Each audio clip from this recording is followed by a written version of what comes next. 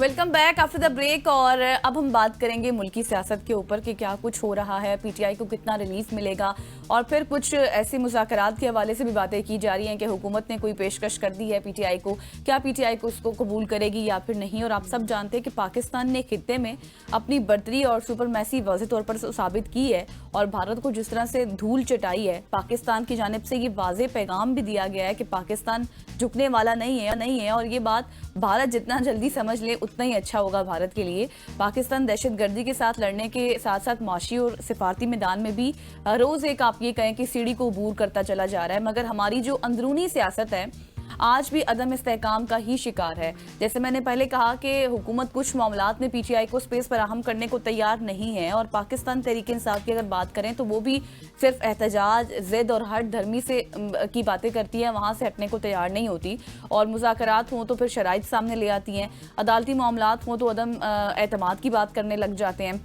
पाकिस्तान तहरीक इंसाफ एक पेज पर खुद भी आने को तैयार नहीं है, अपने इख्तलाफात उनके पार्टी के अंदर भी बहुत ज़्यादा हैं, और हुकूमत के खिलाफ तो एक पेज पर फिर अब सोचें कि वो तो बात की बात होगी, और अपने सियासी फैसलों में भी एक पेज पर नहीं आ पा रही है पाकिस्तान तहरीक इंसाफ। और इन्हीं तमाम तर मामलात पर बात करने के लिए आज हमारे साथ मौजूद होंगे जी हसनैन। आज हमारे साथ मौजूद होंगे हामी मेहमद साहब। Sir, thank you so much for joining us. अस्सलाम वालेकुम, गुड मॉर्निंग। अच्छा सरेर साहब, आपको सबसे पहले तो मैं ये पूछना चाहूँगा कि जिस तरह से गज़ल ने बात की है, हमाद का जिक्र आ गया, हमाद आप पीछे बोल रहे हैं, जिस तरह से गज़ल ने बात की है, मुझे ये बताइएगा कि क्या लग रहा है आपको कि जो मुस्तकबिल है वो क्या है मुज़ाकरात का? क्या पाकिस्तान तहरीक इंसाफ और हुकूमत के दरमियान जो मुज़ाकरात हैं ये हो पाएंगे किसी तरह से कामयाब? रहमान रहीम, या का नाबुदो व या का नस्ताईन। देखिए, मुझे नहीं मालूम कि हुकूमत सीरियस है या नहीं है इस मुलाकात के लिए, या इन टॉक्स के लिए वो सीरियस है या नहीं है।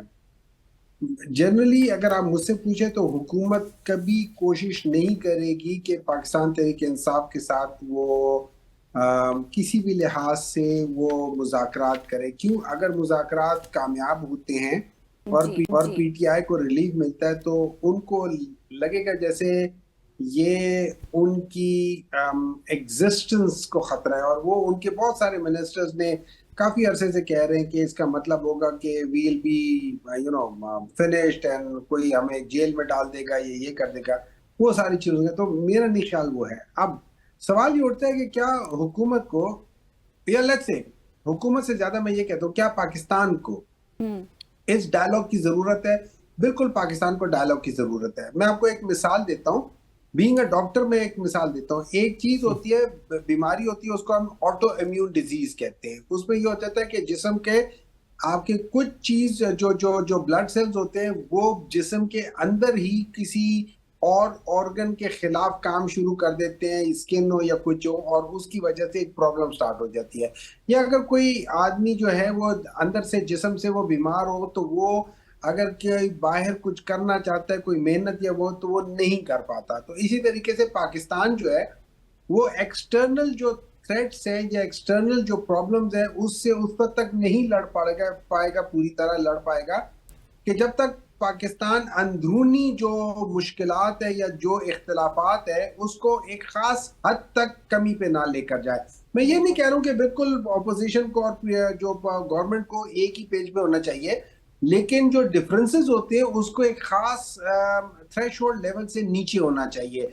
वो अच्छा, उससे नीचे के थ्रेशोल्ड से नीचे के जो इख्तलाफात होते हैं वो कंस्ट्रक्टिव होते हैं, एक खास हद के थ्रेशोल्ड से ज्यादा चले जाए तो वो डिस्ट्रक्टिव हो जाते हैं। तो इस लिहाज से क्या जरूरत है पाकिस्तान को? पाकिस्तान को डेफिनेटली जरूरत है। पाकिस्तान के अंदर ये जो इख्तलाफात हैं, ये जो डिफरेंसेस हैं, ये जरा ज्यादा बढ़ गए, उनको कम करने की बहुत सख्त जरूरत है।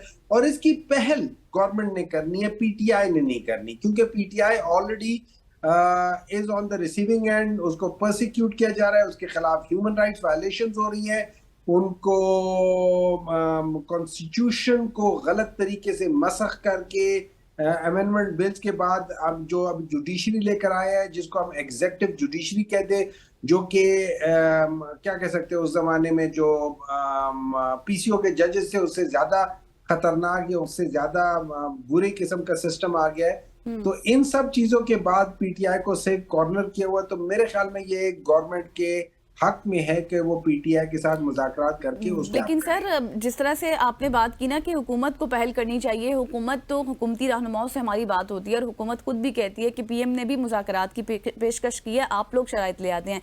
मेरा सवाल आपसे ये है कि तहरीक इंसाफ की वज़ीर आज़म और जो स्पीकर कौमी असम्बली के खिलाफ जो इस वक्त अदम एतमाद लाने की बातें ज़ेर गर्दिश हैं, तो पीटीआई की क्या हिकमत अमली होगी और अपोजिशन की इत्तेहादी जमातों के हवाले से क्या हिकमत अमली बनाई जा रही है?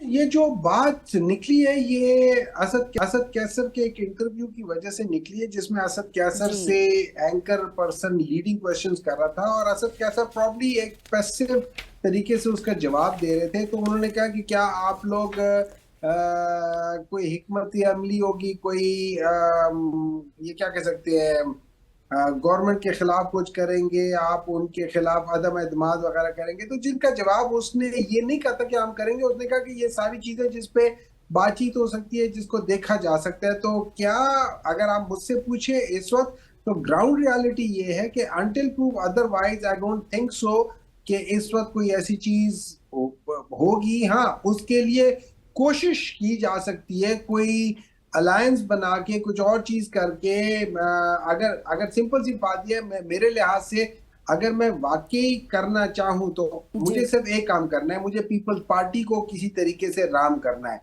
पीपल्स पार्टी को बहुत आराम तरीके से राम भी किया जा सकता है, उनकी किसी एक आध बात या दो बातों को अगर आप मान लें तो मेरे ख्याल में पीटीआई पीपल्स पार्टी शायद उनसे अलग हो जाए। उनसे पीपल्स पार्टी अलग हो गई तो वो धड़ाम अपने मुंह के बल गिर जाएंगे। That is the only solution, otherwise मुझे वैसे कोई और आई नजर के नहीं आता। आप ये बात करें कि पीपल्स पार्टी को अलग किया जाए, क्योंकि जो आपका बयानिया है चोर डाकू का, उसमें पीपल्स पार्टी भी शामिल है। खैर, मेरा सवाल कुछ डिफरेंट है सर।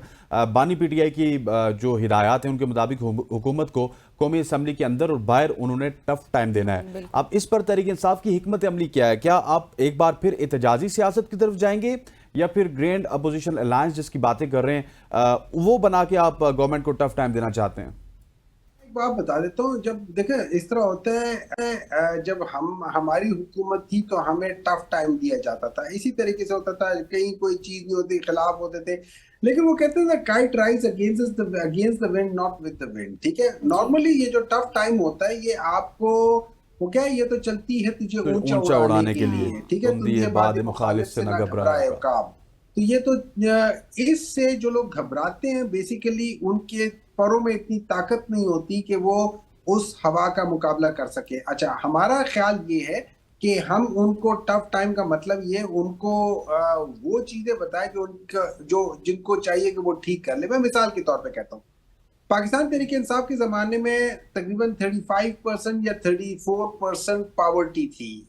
आजकल के जमाने में ऑलमोस्ट 43% पावर्टी है। अब ये वो लोग हैं, आप सोचे तकरीबन आधा मुल्क या दूसरे लफ्जों में 8% के करीब आबादी पाकिस्तान की, 8% ऑफ पाकिस्तान पॉपुलेशन है, वो सतह गुर्बत से नीचे चले गई है पिछले 3 सालों में। बिल्कुल। ये एक बहुत बड़ा फिगर है जो पाकिस्तान तहरीक इंसाफ के जमाने में नहीं था। 8 या 7%, ये बहुत बड़ा फिगर है। नंबर 2, इस वक्त अगर आप देखे जाए तो आपका जो लार्ज स्केल इंडस्ट्री है जो जॉब क्रिएशन करती है, पाकिस्तान में तकरीबन 9% जॉबलेसनेस हो गई है।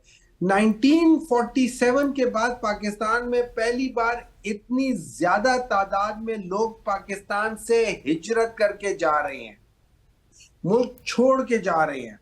ये 1947 के बाद आज हो रहा है। अच्छा, उसके अलावा जो पाकिस्तान के जो स्ट्रेंथ थी वो है ये एग्रीकल्चर, उसमें कॉटन सबसे बड़ी स्ट्रेंथ, -35% ग्रोथ। अगर आप उसमें देख ले, ये मेज को देख ले, 9%, -9% ग्रोथ। अगर आप उसमें उसको देख ले, ये वीट को देख ले, -4 या 5% ग्रोथ। अगर आप लार्ज स्केल इंडस्ट्री देख लें जिसकी वजह से जॉबलेसनेस कम होती है, -1.5% ग्रोथ। अच्छा, अच्छा, इसको ये लोग कैसे कर रहे हैं? फज फिगरिंग में तो ये बहुत माहिर होते हैं। ये लोग इस तरह उसको कर रहे हैं कि ये स्मॉल स्केल इंडस्ट्री जो कि अनअकाउंटेड फॉर होती है, उसमें एक एक्स्ट्रा, उसको क्या कह सकते हो, उसको बढ़ा चढ़ा के, उसको एग्जेजरेट करके उसके फिगर्स दिखा रहे हैं, जिसकी वजह से अपनी ग्रोथ को शो करना चाह रहे हैं कि 2.5 या 3% के आसपास हो जाए। बिल्कुल। लेकिन असल में इस वक्त जो ग्रोथ है वो 2% से कम, बल्कि अगर आप उसको, चूंकि वो 2.5% के आसपास है और पाकिस्तान की आबादी 2.5% के साथ ग्रोथ कर रही है, तो टेक्निकली आप देखें तो बिल्कुल जीरो स्टैग्नेंट पे आई हुई है, बिल्कुल फ्लैट आई बिल्कुल हुई सर, आपकी इस हम 100% अग्री करते हैं कि जिस तरह से इन्फ्लेशन रेट बढ़ गया है, ग्रोथ लेवल जो है वो भी कम हो गई है। फिर उसके बाद जिस तरह आपने बताया कि एक बड़ी तादाद है, हम रिपोर्ट्स भी देख रहे हैं कि जो सतह गुर्बत से आवाम नीचे चली गई है। लेकिन सर ये बताएं कि हुकूमत ने अब एक कमेटी तश्कील दी है जिसका मकसद पाकिस्तान का जो नुक्ता नज़र है वो आलमी दुनिया को बताना है, मगर इसमें ना तो तरीके इंसाफ का कोई रुकन शामिल है ना अपोजिशन में से। तो हुकूमत के इस रवैये को आप कैसे देख रहे हैं? बेसिकली हुकूमत का माइंडसेट बताती है कि वो पाकिस्तान के लिए सबको साथ लेकर नहीं चलना चाहती। अगर आप जनरली देखा जाए तो ये जो वफद है ये बेसिकली पाकिस्तान को रिप्रेजेंट करता है, ये हुकूमत को नहीं प्रेजेंट करता। और इम्पोर्टेंट बात ये है कि अगर हम देखें इंडिया क्या कर रहा है, इंडिया ने 7 डेलीगेशंस किए, उनमें से 2 डेलीगेशन को बीजेपी हेड करती है, बाकी 5 डेलीगेशंस को ऑपोजिशन पार्टीज के लोग हेड करते हैं।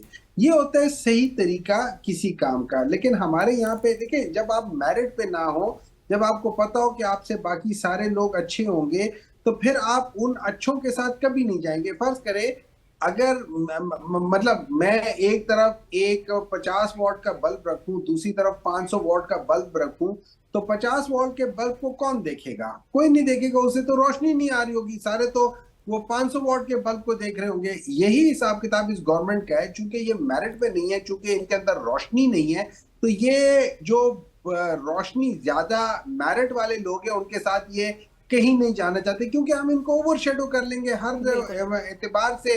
अल्हम्दुलिल्लाह हम लोग इनसे बेहतर है, तो they would never let us. ठीक हो गया सुनील साहब, आप हमारे साथ मौजूद रहिएगा। यहाँ पे एक न्यूज़ ब्रेक के लिए हमें कहा जा रहा है, न्यूज़ ब्रेक का वक्त है।